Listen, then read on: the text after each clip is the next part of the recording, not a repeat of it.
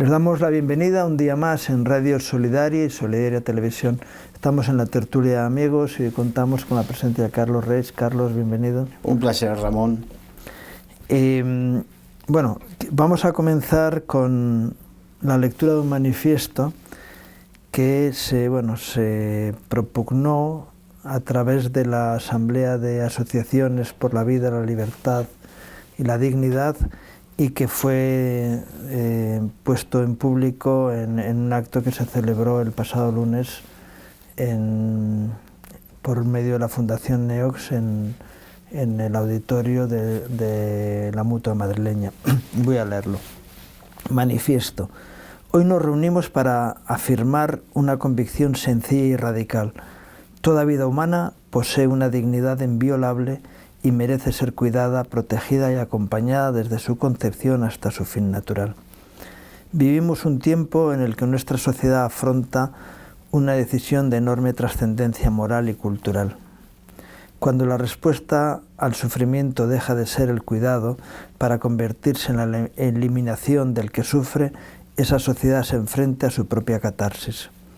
El momento en el que debe decidir qué idea de persona, de libertad y de dignidad quiere sostener.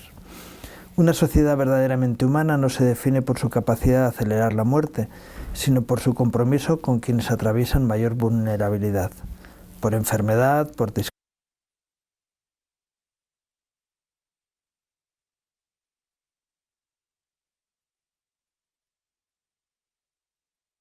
En su inmensa mayoría no quieren morir, lo que no quieren es sufrir.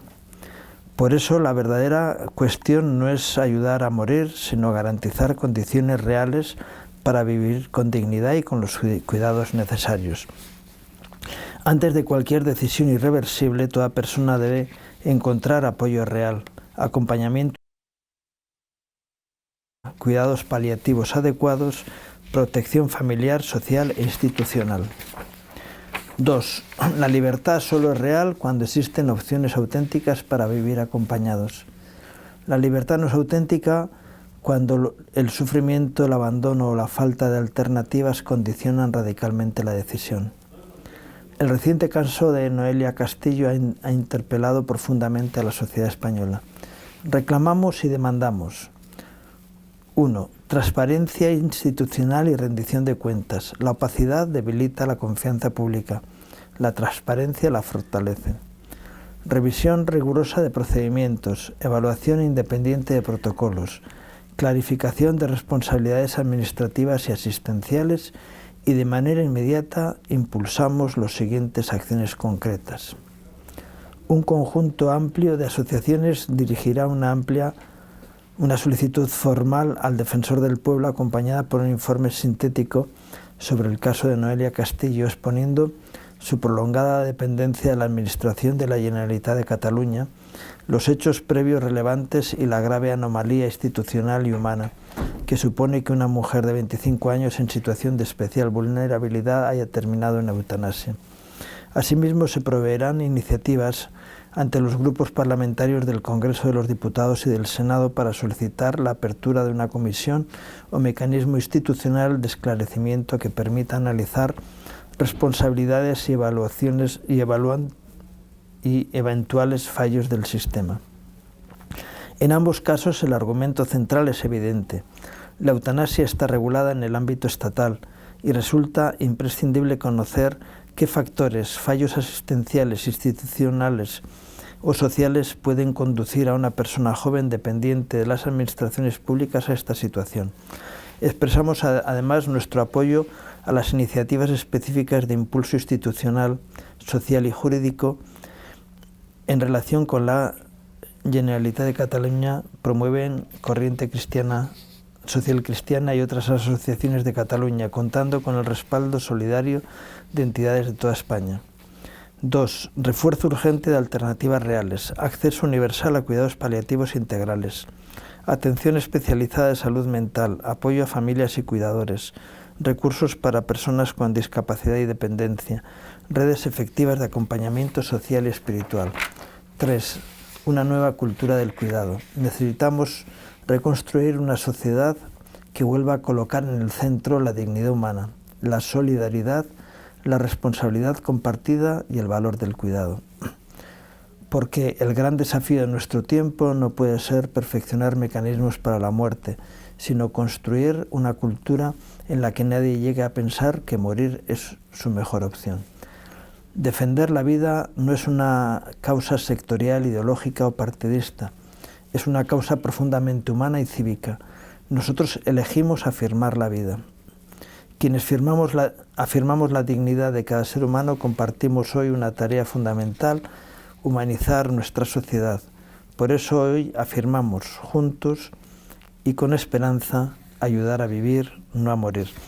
En la Asamblea de Asociaciones por la Vida hay 127 entidades, asociaciones y fundaciones, entre ellas está Remar también.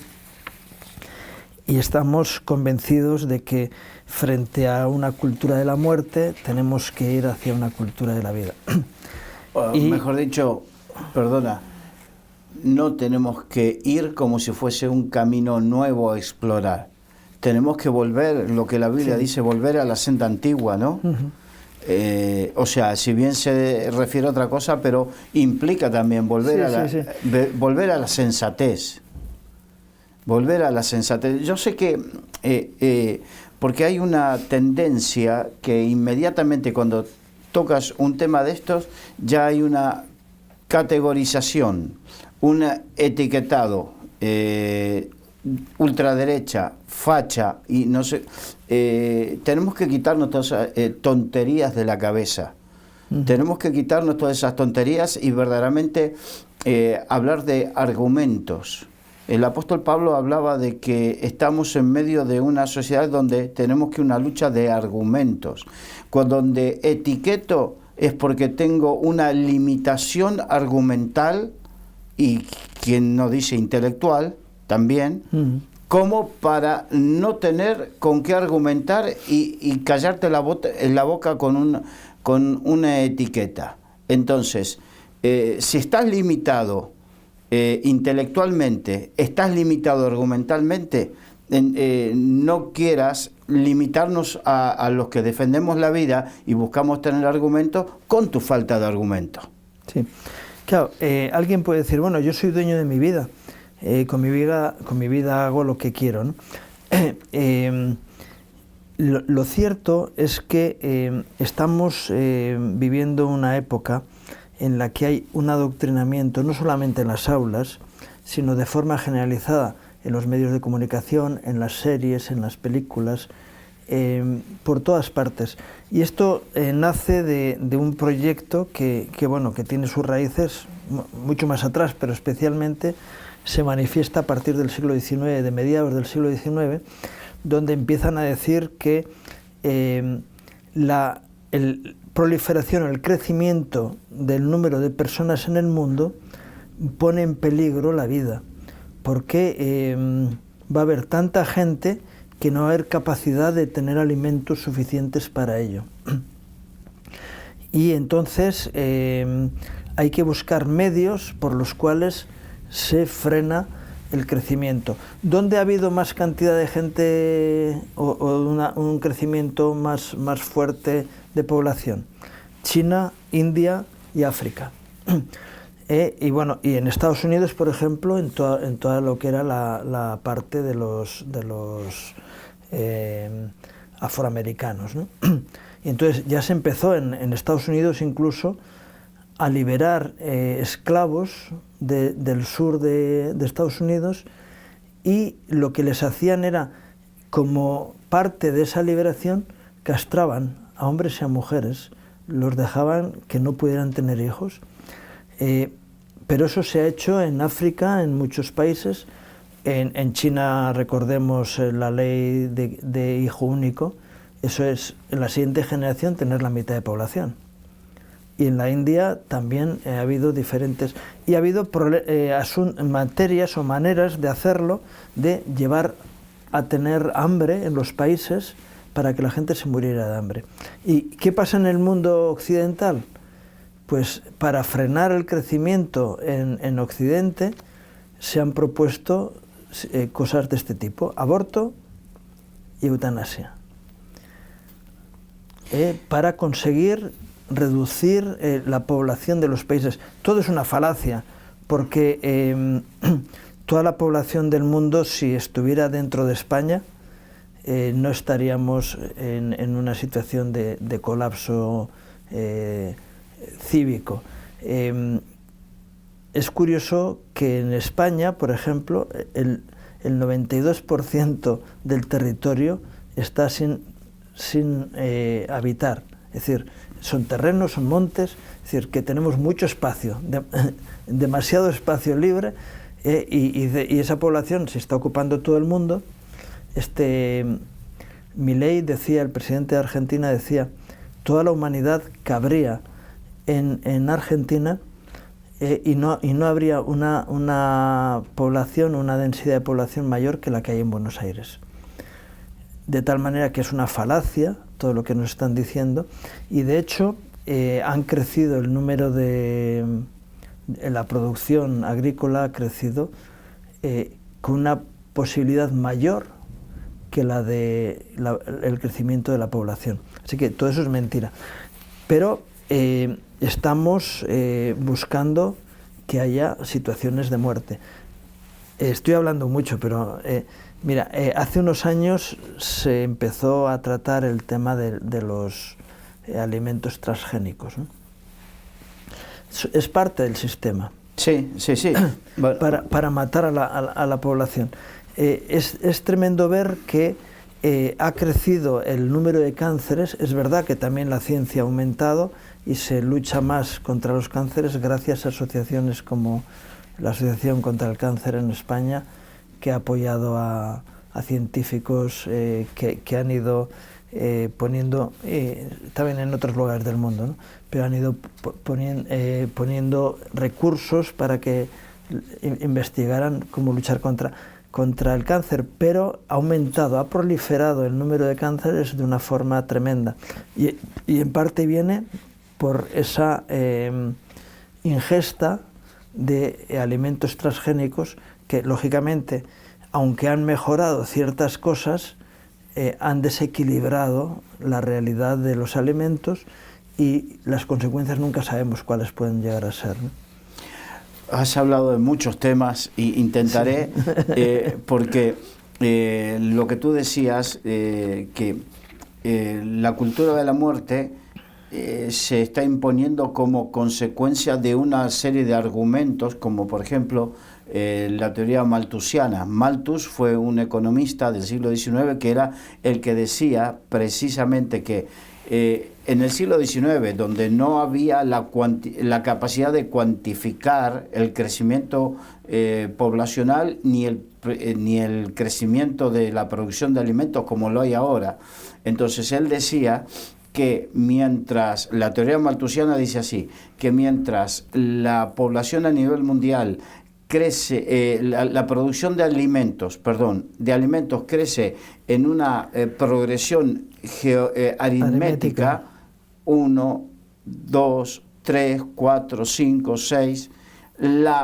el crecimiento poblacional crece en una progresión geométrica, 1, 2, 4, 8, 16, 32, 64. Eso es la teoría que propuso este hombre, Thomas Malthus, que evidentemente en el siglo XIX él no contaba con los elementos que se cuentan ahora, y que tampoco quedó desmentida totalmente desde cuando antiguamente, para que nos demos cuenta, en Estados Unidos, al igual que otros países, son eminentemente agrícolas, ganaderos, y antes había una cosecha de trigo y una cosecha de maíz, una cosecha de cebada por temporada.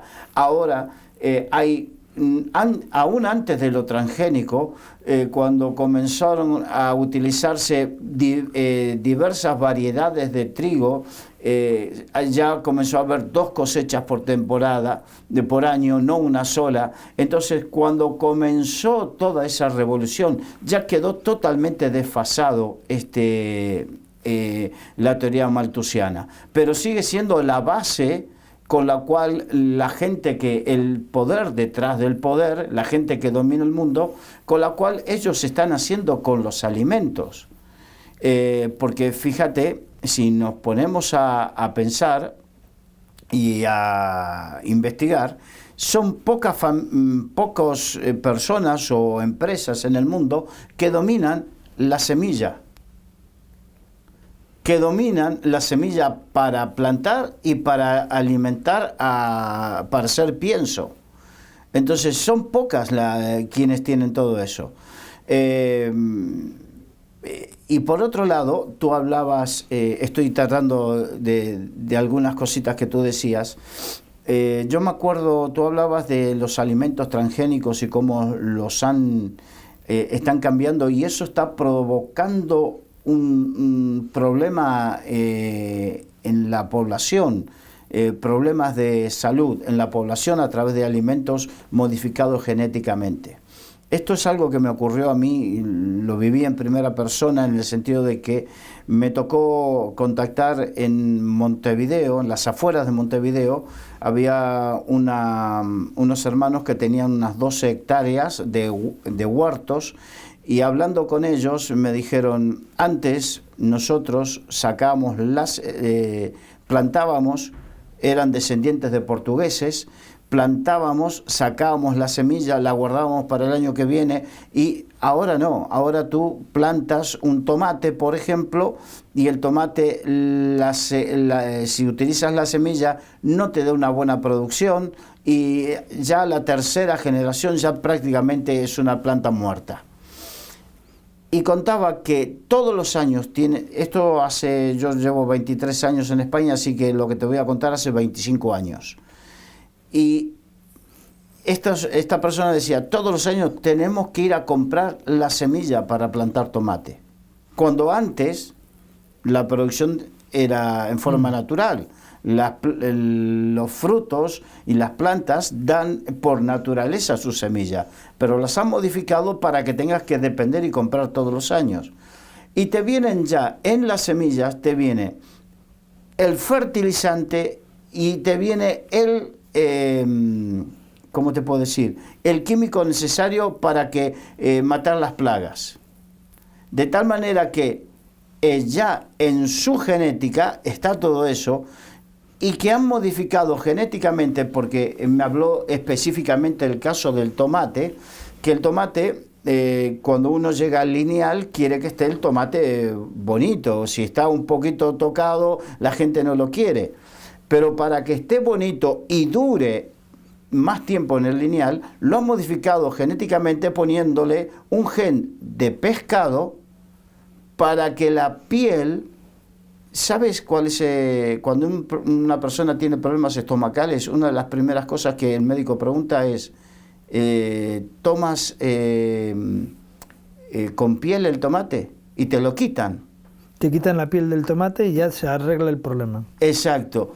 Pero resulta que ahora, modificado genéticamente, te hacen una piel más gruesa, y con todos los elementos químicos para que haya que fumigarla menos, y bueno, haya que fertilizarla menos, que ya esté todo eso. Y todo eso te lo estás comiendo. Estoy hablando del tomate, lo que he conocido, que me contaron de primera mano. Imagínate en el resto. Por eso nos encontramos que cada vez hay mayor cantidad de alergias, mayor cantidad de problemas respiratorios en la gente, y no se sabe por qué. Yo tengo 62 años, tú tienes más o menos una edad... Algunos más. ¿Sí? Algunos, pero no muchos. Pero ¿tú te acuerdas en nuestras... cuando éramos jóvenes o niños, había tanta cantidad de niños enfermos de asma y de alergias? Yo no me acuerdo. Yo no me acuerdo. Entonces, tiene que ver con la alimentación. Y hablando de la alimentación, estuve viendo unos vídeos de un médico que estudió el caso de italiano. ¿Por qué? Yo soy descendiente de italianos, entonces a mí me gusta mucho la pasta, por lo tanto me interesó mucho. Y dice que la pasta, las harinas, en Italia están preservadas desde los 60, del 67, 68 por ahí, están por ley, como la pasta es pertenece a la gastronomía típica de Italia, están preservadas por ley de la modificación genética. Entonces, el estudio que él comenzó a hacer como médico es por qué en Italia, con la cantidad de pasta que comen entre 4 y 5 veces a la semana pasta, no engordan. El nivel, exacto, no engordan al nivel que engorda en otros sitios. Entonces, ¿por qué? Por la modificación del trigo. Mientras en Italia está custodiado por ley que no se modifique el trigo genéticamente, en el resto del mundo no hay eso. Entonces, las pastas están más refinadas, las harinas están más refinadas, con modificaciones genéticas, alimentan menos y engordan más. Así que si quieres comer pasta, vete a Italia. Pero todo esto nos lleva a que están matando. Pero curiosamente no se conforman con eso, sino que están poniendo leyes muy progresistas. Es decir, entrecomillado, por favor. Sí, por eso. Lo hice con un énfasis claro. Para progresar hacia la muerte, es decir, para que te mueras antes, ¿no? Y entonces, dentro de... Claro, ahora la gente dice, oye, ¿qué voy a comer? Ese miedo, esa angustia, lleva a muchas personas a perder el hálito vital de estar disfrutando de la vida, ¿no? Y hay tanta gente que dice, la vida es una porquería, y hay que acabar cuanto antes. Una vez que una persona pasa los años en que puede disfrutar en su juventud y desmadrarse y esas cosas, ¿para qué seguir viviendo, no? Ese es uno de los principios filosóficos, y dicen, oye, que me quiten lo bailado y yo he aprovechado mi vida, y por eso hay mucha gente que con 40 años está de vuelta de todo, es decir, viviendo en una situación de amargura, y es el material adecuado para producir o para invitar a la gente a que termine con su vida. Los niveles de suicidio en una sociedad tan crispada han crecido, y especialmente en algunas profesiones muy concretas, pero todo viene motivado por lo mismo, ¿no? Y hoy en día una persona puede tener una condena judicial mayor por robar o que por haber matado a alguien. Es decir, de hecho, se justifica la muerte en muchas maneras, ¿no? Porque la vida ha dejado de tener valor. Entendamos una cosa, la sociedad occidental, que tiene una base judeocristiana, tiene un valor de la vida muy superior a otras culturas, porque hay sitios donde la vida no tiene demasiado valor a nivel social, es decir, a nivel de estructura mental, ¿no? Y por eso no tiene... yo recuerdo una vez que fui a Brasil, aunque Brasil tiene una mezcla entre la cultura judeocristiana y otras ancestrales, y decía, mira, por $5 consigues a alguien que mate. Y cuando alguien, bueno, pues es un sicario y ha matado a mucha gente, dice, a mí ¿qué más me da? Si el día que me pillen da lo mismo tener una condena por 5 fallecimientos que por 500. Es que va a dar lo mismo. Entonces, han perdido el valor de la vida. Pero lo que la sociedad no está conforme todavía con todo eso y propugna estos dos principios, que son el aborto y la eutanasia.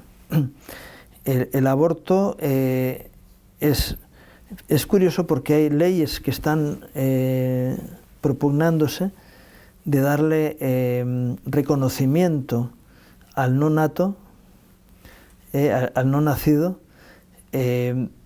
dentro de la familia para que sea contado como un miembro ya antes de nacer. Es decir, creo que es a partir de los 4 meses de embarazo uno que le puede pasar a ser familia numerosa porque la mujer está embarazada del tercer hijo. Y por otro lado, dicen, propugnamos el aborto. Ahora mismo en Inglaterra acaban de aprobar que se puede abortar hasta el momento del nacimiento, del alumbramiento. Sí, bueno, y aquí en España que están queriendo darle un reconocimiento constitucional, sí, al derecho del aborto, entrecomillado, por favor. Sí, que es un derecho que le dan a la mujer para quitarse ese problema de encima, que es, el problema es otro ser humano. Igual que la idea primigenia para la eutanasia era para las personas en el final de su vida, cuando gente mayor que está molestando. Y entonces, bueno, hay un medio de quitárnoslos del medio, hay una forma de quitárnoslos del medio por un sistema que establece la eliminación de esas personas. El otro día en ese acto que estábamos hablando estuvieron en una mesa redonda que se produjo 2 médicos que estuvieron hablando allá. Claro, y uno de ellos, que ha sido un dirigente de colegio de médicos, y él decía, pero vamos a ver, 2500 años atrás hubo un señor que elaboró un decálogo, bueno, un principio que los médicos a lo largo de esos 2500 años hemos ido aceptando para nuestra vida. Es el famoso juramento hipocrático. Y en el cual un médico dice que nunca va a participar en la muerte, es decir, no va a propiciar la muerte de alguien, sino la vida. Ellos están para propugnar la vida, no la muerte. Y las leyes de eutanasia lo que hacen es que médicos se dediquen a generar muerte en lugar de vida. Es decir, de ser médicos, es decir, sanitarios, se convierten en verdugos. Aunque a algunos se ofenda, pero es el que ejecuta una muerte, es un verdugo, ya sea legalmente, o como pueden ser los que estaban siendo los que ejecutaban las sentencias de muerte, o los que siguen en algunos países haciéndolo, es un verdugo. O se hablaba de los terroristas, que eran verdugos también, ¿no?, que mataban a la gente, es decir, eran instrumentos de muerte para otros, ¿no? Y antiguamente iban con una capucha tapándoles la cara, y ahora van con bata blanca o verde, es decir, qué tremendo, que se pierda esa identidad. Y ellos decían, es que va en contra de nuestros principios, y sin embargo se está propiciando ese tipo de cosas. Y yo estoy convencido de que hay personas dentro de la sociedad que apoya este tipo de situaciones, que están convencidos de que el día que me toca a mí participaré adecuadamente y será el final de mi vida. Pero la pregunta ¿es la muerte el final de la vida? Ese es el tema. Es un concepto filosófico equivocado, por el cual se piensa que una vez que deje de existir físicamente, ya no existe la nada. No existe la nada. Bueno, no hay manera de demostrar que no existe la nada. Pero sí hay testimonios de gente que tuvo lo que se llama experiencias cercanas a la muerte, de que sí existe algo posterior al estado de vida en que tenemos nosotros ahora. De hecho, hay un testimonio bíblico del apóstol Pablo, que él cuenta que en cierta ocasión le dieron tal paliza que los que le dieron la paliza lo dejaron por muerto. Y la iglesia fue, lo arropó y oró por él y volvió a la vida. Pero eso cuentan que ocurrió, pero luego él cuenta su experiencia personal, que él salió del cuerpo. Bueno, dice, no sé si en el cuerpo, fuera del cuerpo, cómo fue, que él se fue a otra realidad, donde escuchó palabras inefables, es decir, que no puede contarlas porque son más allá de la capacidad humana de transmitir aquello, tuvo esa experiencia y retornó después, y él decía, para mí es mejor la muerte que la vida, porque la muerte física me lleva a una vida más plena, donde ya he experimentado esa realidad. Es decir, el apóstol Pablo, claro, alguien diría, bueno, pues qué bueno, matemos a la gente para que tenga esa experiencia cuanto antes, pero solamente esa experiencia le tienen aquellos que tienen una realidad personal diferente. Es verdad que en el aborto el no nacido que le es arrebatada la vida va a tener un paso a una situación diferente. La Biblia dice que de los niños es el reino de los cielos, y el propio Job decía que mejor ser un abortivo que la realidad que él estaba viviendo, ¿no? Claro, pero entendamos que estamos llegando al punto en donde se plantea esto. Después de la vida, ¿qué? Claro, es que lo que hay después de la vida va a condicionar cómo vivimos esta vida. ¿Por qué? Porque si, como tú dijiste hace un rato, el planteamiento es que vivir desmadrado, total, no tengo que dar cuentas a nada ni a nadie, pero no, para vivir la vida o morir la muerte, no sé si me parece un juego de palabras, sí, sí. ¿No? Bueno, hay un texto bíblico que dice muerte...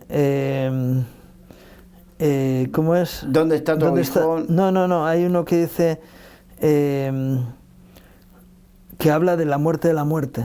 Sí, bien, el tema es que lo que va a pasar en el momento que dejemos este cuerpo natural va a tener una relación directa de cómo hayamos vivido esta vida. Uh-huh. Entonces, claro, aquel que le gusta vivir desmadrado se inventa una línea filosófica donde vívelo porque no existe la nada. ¿Cómo lo compruebas? ¿Qué base tienes para decir eso? Tu propia perspectiva, tu propia inventiva, lo que a ti te parece. Bien, yo voy a decirte lo que a mí me parece conforme a la palabra de Dios. Y ahí cada uno decide, ¿no? ¿Quién tiene más autoridad? ¿Tú o la palabra de Dios? Yo creo que la autoridad la tiene la palabra de Dios, que nos habla de una vida eterna y una muerte eterna. La vida eterna tiene que ver con la vida en la presencia del Señor, que es lo que experimentó, un vislumbre de lo que va a ser, lo experimentó el apóstol Pablo. Uh-huh. Y después está la condenación eterna, que es algo que también existe. Entonces, conforme a lo que tú hagas mientras estés aquí, y ese es el gran problema por lo cual se inventan filosofías y se inventan una serie de cosas, porque no se quiere rendir cuentas a nadie y no quiero cambiar mi forma de vida. Fíjate, si me permites, mira que en estos días estoy estudiando acerca de algo que el apóstol Pablo dijo a los Gálatas, y le dijo básicamente, le dijo un par de palabras, le dijo: oh Gálatas insensatos, ¿quién os fascinó para no obedecer a la verdad? Y hay dos palabras tremendas, la palabra fascinar y la palabra insensato. La palabra fascinar, cuando la busqué en el original griego, es una palabra, no me acuerdo exactamente de la palabra, pero significa hechizo, embrujo, engaño para creer una mentira. Eso es lo que significa fascinar.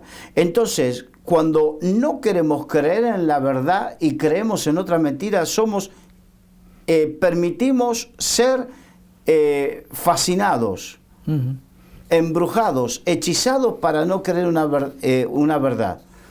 Pero para eso tenemos que ser insensatos.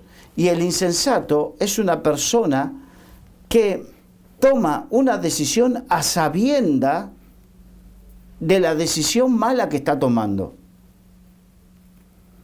Y que es una actitud o un ejercicio moral que está haciendo. O sea que un insensato es alguien que moralmente elige lo malo. Bueno, así es. Y qué tremendo. Y yo tendré libertad para elegir la muerte. Dios da la libertad, bueno, en principio, porque ha habido personas... yo hice un estudio sobre el suicidio, bueno, para un artículo en un periódico, y lo que decían los estudios estadísticamente es que más o menos el 10% de los intentos de suicidio llegan a su fin. Con lo cual hay un 90% de fracaso en aquel que intenta suicidarse. Evidentemente hay personas que lo intentan más veces hasta que lo consiguen, ¿no? Ahora te dicen, no hace falta que usted esté en esa alternativa de un 10%. Le podemos generar una situación de muerte segura, porque va a haber unas personas dedicadas o preocupadas de que su muerte sea una realidad. Es decir, no va a depender de usted, de su manera de actuar, sino que una serie de profesionales dedicados a eso son los que le van a ejecutar su deseo de morir. Y esto es bueno, alguien puede decir, bueno, esto es ciencia ficción. No, esto en Suiza lleva muchos años funcionando. Hasta se inventaron una cápsula hace unos años. Había una cápsula donde el que se quería suicidar se metía ahí adentro, cerraban la cápsula para tener una muerte y que nadie lo moleste. Sí, no, y de hecho, bueno, tú vas allí, pides que te maten, hay un juez, hay un psicólogo que bueno, parece ser que intentan persuadirte de alguna manera, pero si tú sigues empeñado, bueno, pues ya está. El juez decreta tu decisión y entonces, bueno, ya hay un sistema que te elimina. Hay otros países donde la cosa es un poco diferente, pero, por ejemplo, en Holanda creo que estaban intentando llevar incluso a niños, es decir, no de 16 años, niños a partir de 4 a 8 años, que si su deseo era morir, que podían, incluso en contra de la decisión de sus padres. El caso de Noelia Castillo, había una deficiencia personal en cuanto para la toma de decisiones, y como los padres no estaban de acuerdo, fue el propio Estado el que asumió esa responsabilidad. Pero es que la chica lo está pidiendo, entonces nosotros decidimos por ella. Esa ha sido una de las realidades que ha habido. Y nos encontramos con una sociedad que está cada vez más abierta a ese tipo de cosas. Aunque a algunos nos pueda parecer algo terrible, y bueno, ¿y quién hay con esa autoridad para decidir sobre la vida o la muerte de las personas? Bueno, yo a veces pienso en los jueces que dan sentencias de muerte.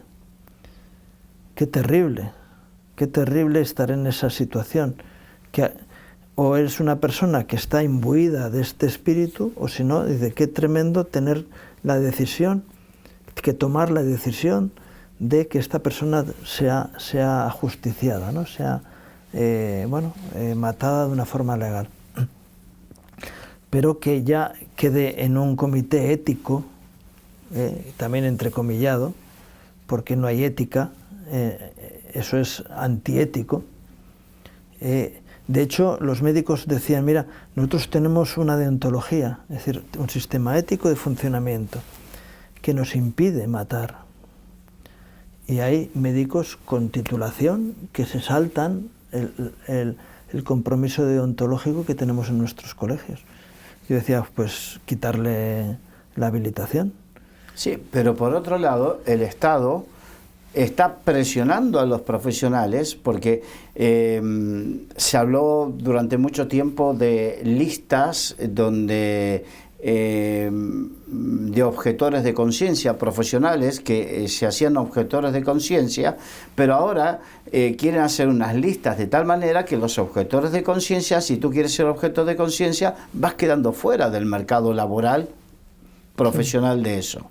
Bueno, en un país donde están teniendo que traer médicos de afuera, pero lo que sí es cierto es que, bueno, también decían, y bueno, nosotros entendemos que ¿por qué no se hace la lista al revés? Que en esa lista se apunten los que están dispuestos a ejecutar la eutanasia, los que están dispuestos a ejecutar los abortos, que estén en esa lista, como el doctor Mengele, ¿no? Sí, pero porque tenemos que entender que este espíritu de muerte es un espíritu avasallador. O sea, no es un espíritu, no es una línea de pensamiento filosófica donde dice, tú piensas diferente, yo te respeto. No, te avasallan por pensar diferente. Y en el caso de los profesionales, te avasallan y te amenazan como que no quieras, porque una de las cosas que se encontró la ley del aborto, se encontró con una gran cantidad de profesionales que no querían participar de eso. Entonces se encontró la salud pública con... no había profesionales que estén dispuestos a saltarse el código deontológico, que no estén dispuestos a saltarse sus convicciones. El juramento hipocrático. El juramento hipocrático. Entonces, como esto es avasallante, no es que te pide permiso, no es que si te parece te respeto, no, es avasallante.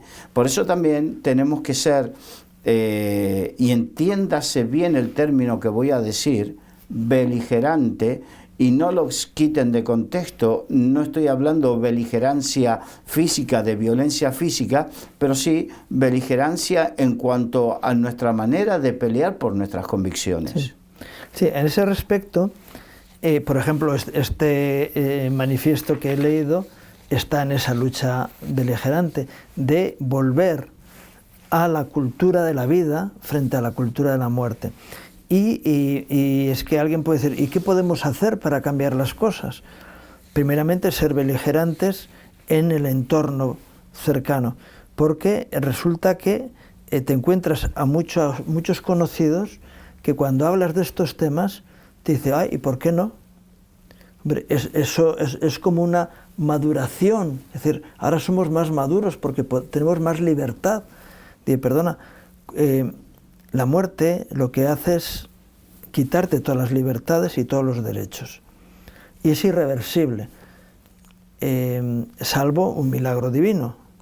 Por lo demás es irreversible. Entonces, ¿por qué no se buscan otras alternativas, que las hay, incluso para el que en el sufrimiento quiere dejar de sufrir, quizá no morir? Claro. ¿Y por qué no provocamos cambios? Vamos a, lamentablemente, utilicemos el ejemplo del desgraciado hecho de esta joven Noelia. No llegó así porque sí esta situación. El mismo Estado que la presionó o que le puso todo en bandeja, por así decirlo, para que se suicide, es el mismo Estado que no estuvo presente para defenderla en sus momentos críticos. Recordemos que esta ha pasado situaciones de abuso donde el Estado no estuvo para ayudarla. Todo lo contrario, porque se suponía que estaba protegiéndole en un hogar de... Exacto. Entonces, por un lado, por una cuestión, no me gustaría entrar en los detalles, pero recordemos los detalles, porque no es de morbosidad, es recordar que el Estado puede estar presente para ayudarlo en su muerte, pero no supo estar presente para que no llegue a ese estado depresivo de odiar la vida de esa manera. Entonces, lo que tú decías, cambiemos las cosas. Y una de las cosas es cambiemos las prioridades del Estado. Sí, bueno, al Estado al final, pero cambiemos las sociedades de abajo, es decir, esa opinión que está a favor de la muerte, que bueno que al ser beligerantes llevemos argumentos pro vida ahí en donde estamos, ¿no? Está muy bonito el manifiesto, pero eso tiene que transformarse en una beligerancia en el día a día, en el espacio corto.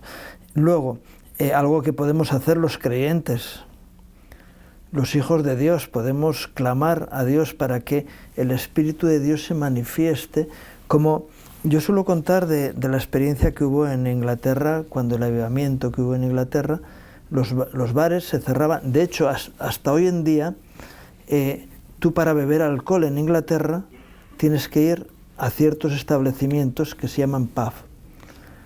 Y es donde se vende alcohol. Y está restringido a ciertos horarios.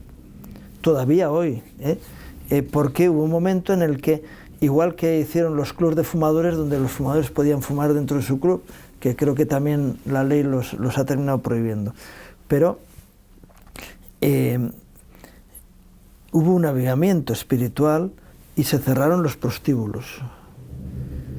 Se cerraron todos esos lugares. ¿Por qué? Porque la gente tenía otra realidad. Entonces podemos orar para que ocurra eso, para que la ley se quede sin contenido, porque nadie vaya a llegar a eso. Y si alguien llega, que cada vez sea menos propicio y la opinión pública vaya hacia la vida y no hacia la muerte. Y podemos hacer, bueno, los que nos ven por televisión ahora han visto que tenemos en la pantalla detrás un cartel. Cada año se organiza una marcha por la vida. Suele haber un buen grupo de gente, pero siempre es pequeño. Siempre nos queda la inquietud de que poca gente tiene actitudes a favor de la vida. Aunque hay muchas asociaciones, los que propician esto hablan de 500 entidades asociativas que promueven la marcha, ¿no?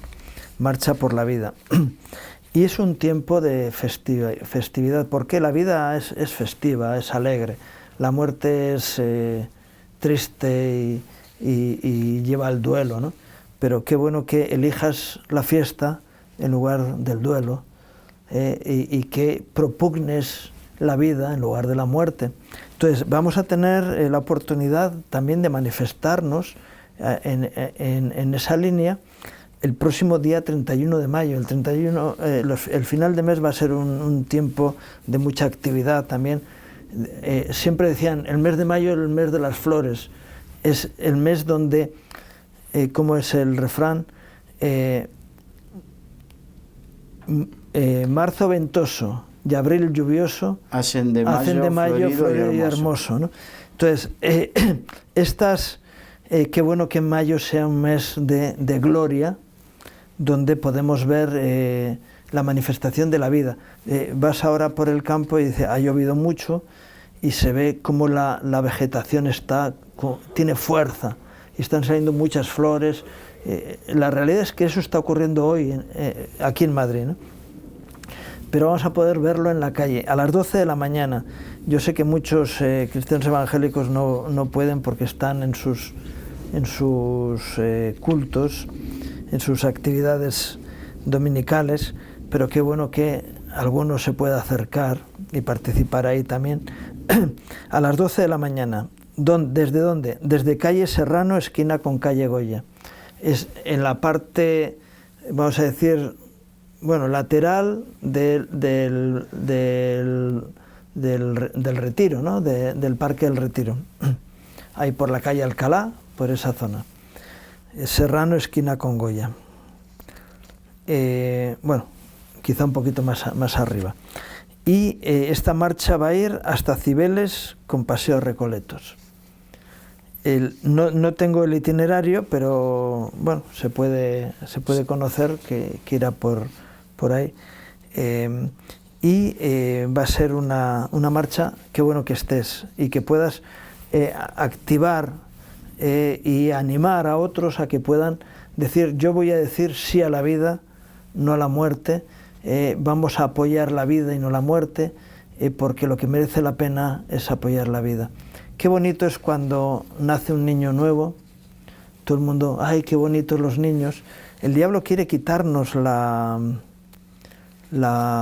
realidad de ver a los niños. ¿Por qué? Porque el Señor dijo, haceros como niños. Si perdemos la referencia, ya no podemos hacernos como ellos. Y bueno, todos hemos sido niños, sí, pero la memoria se pierde.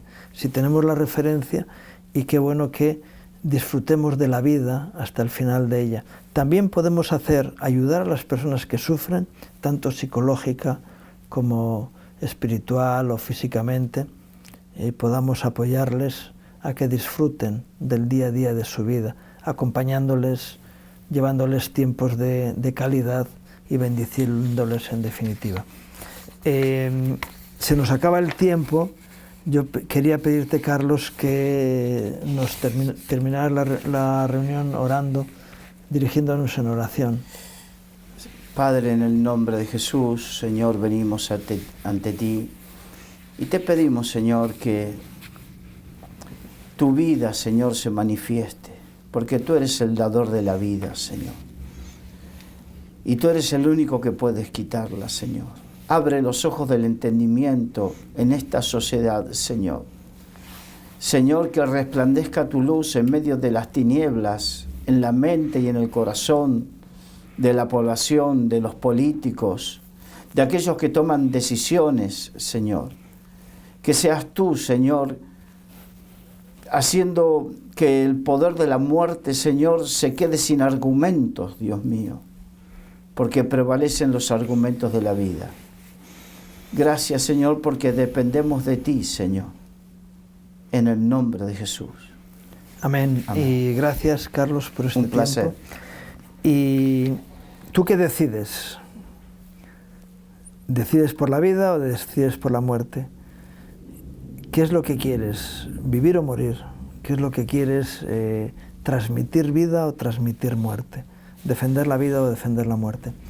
Esa es una decisión que debe tomar cada uno. Jesús dijo, yo soy el camino, la verdad y la vida, y el que está con Él experimenta la verdadera vida y disfruta de ella. Queremos un día más darles las gracias por participar con nosotros en este programa, deseándoles un día más que Dios traiga bendición a sus vidas, sus familias, sus trabajos, que Dios les bendiga.